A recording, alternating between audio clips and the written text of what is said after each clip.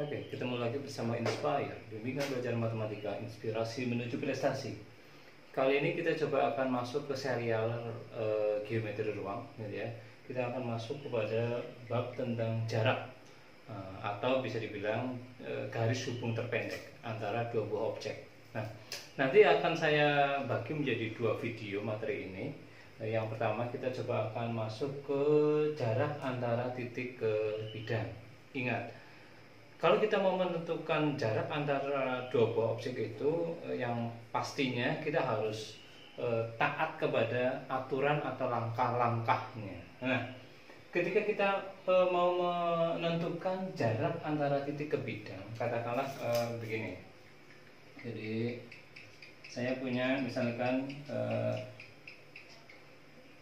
ini adalah bidang V, gitu ya, di mana ada suatu titik, katakanlah titik P, di mana P-nya itu tidak terletak pada bidang V. Bagaimana kita menentukan jaraknya? Ada langkah-langkah yang harus kita tentukan. Yang pertama adalah kita harus membuat garis yang melalui P tegak lurus dengan bidang V. Ya, oke. Jadi saya membuat garisnya adalah begini.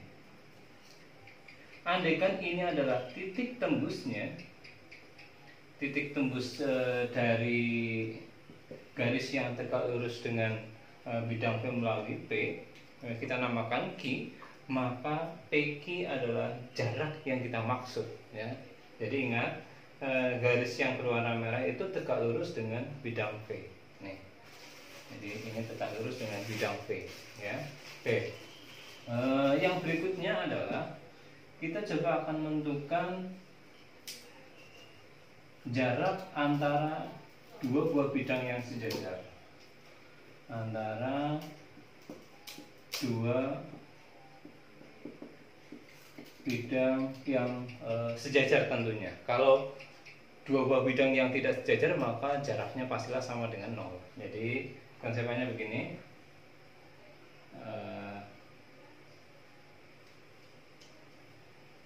Misalkan ini adalah dua buah bidang, katakanlah ini bidang U, katakanlah ini bidang V, di mana U dan V adalah dua buah bidang yang sejajar. Langkah-langkahnya seperti apa? Kita harus ikuti, kita harus taati, ya.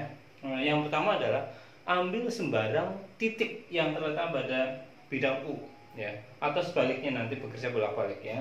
Saya coba tentukan titik yang kita maksud adalah titik P, di mana P-nya terletak pada bidang U. Nah, langkah yang kedua adalah buat garis yang melalui titik P tetapi tegak lurus dengan bidang V.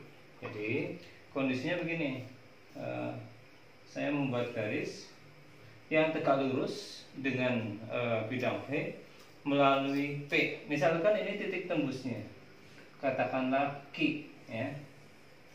Jadi kondisinya begini biar tampak bagus. Oke. Nah, maka yang dimaksud jaraknya adalah PQ. Jadi ingat, jadi saya mengatakan yang pertama adalah ambil sembarang titik P yang terletak pada U. Yang kedua, buat suatu garis yang melalui titik P, tetapi garis itu tegak lurus dengan bidang V. Ya. Jika garis ini memiliki titik tembus di Q, maka PQ adalah jarak yang dimaksud, atau PQ itu sama dengan jarak antara dua buah bidang yang sejajar, U dan V, gitu ya.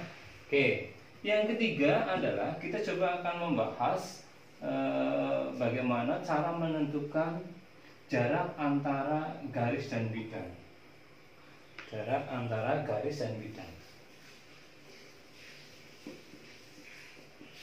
Garis dan bidang. Yang pasti juga kondisi garis dan bidang ini adalah yang sejajar, artinya garisnya itu sejajar dengan bidang. Kalau tidak, ya pastilah jaraknya itu sama dengan 0, gitu ya. Nah, saya coba akan gambarkan.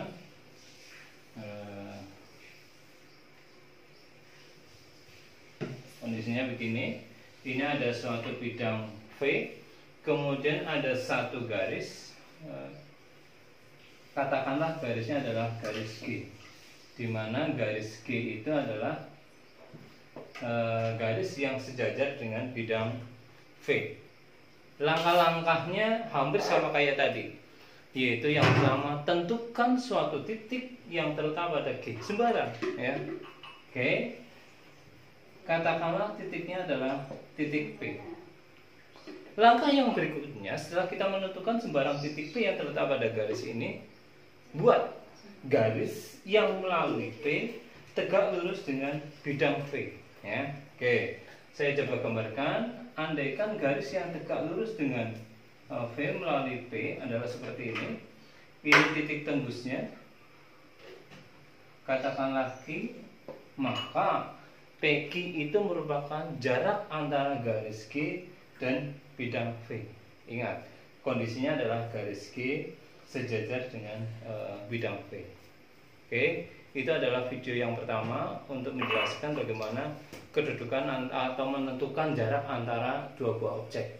Yang pertama tadi kedudukan antara titik dan bidang, yang kedua adalah kedudukan antara dua buah bidang yang sejajar, dan yang ketiga barusan kita coba menentukan atau bagaimana menentukan jarak antara garis dan bidang, di mana garisnya sejajar dengan bidang V. Kita coba nanti akan aplikasikan di soal pada video yang berikutnya. Terima kasih.